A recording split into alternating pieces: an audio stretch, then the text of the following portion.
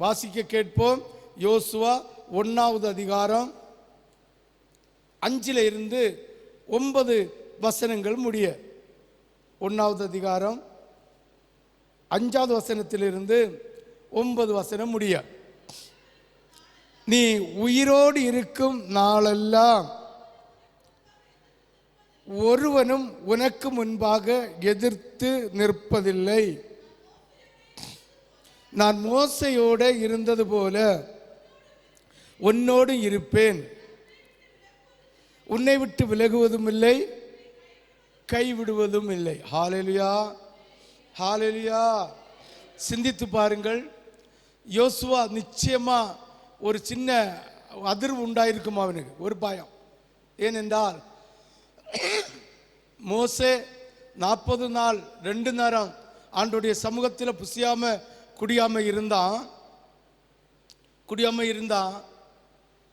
மோசே அவருக்கு வீட்டுக்குள்ள எங்கும் உண்மையா இருந்தான்.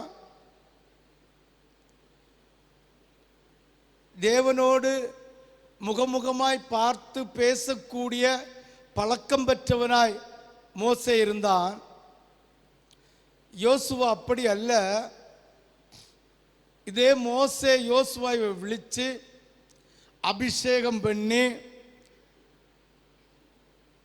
ஆண்டவருடைய மகத்துவத்தின் கிருபைகளை நிறைவாக ஆண்டவரிடத்திலிருந்து பெற்று கொடுத்தான்.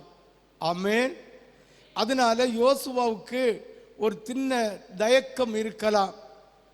எப்படி மோசே போல இல்லையே, நான் இந்த ஜனங்களை எல்லாம் எப்படி நடத்த முடியும், யுத்தங்களை எப்படி மேற்கொள்ள முடியும், எப்படி நான் சரிசமமாய் பங்கிட்டு கொடுப்பேன் என்று உள்ளத்தில் இருந்த அச்சப்பாடை தீர்ப்பதற்காக இயேசு மோசையோடு இருந்து யோசுவாவுக்கு கொடுத்த வாக்கு தத்தம் தான் இந்த வாக்கு தத்தங்கள். ஹல்லேலூயா, ஹல்லேலூயா. அதனால் மோசையை போல் நாம் இருக்க வேண்டிய அவசியம் இல்லை. இயேசு நம்மோடு இருப்பதற்கு நம்முடைய இருதயத்தில் வெளிச்சம் உண்டாயிருக்க வேண்டும். அவருடைய கற்பனைகளையும் அவருடைய நியாயங்களையும் அவருடைய கட்டளைகளையும் நிறைவேற்றுகிற பிள்ளைகளாய் நாம் இருந்தால் மோசையோடு இருக்கிற தெய்வம் நம்ம கூடயும் இருப்பார்.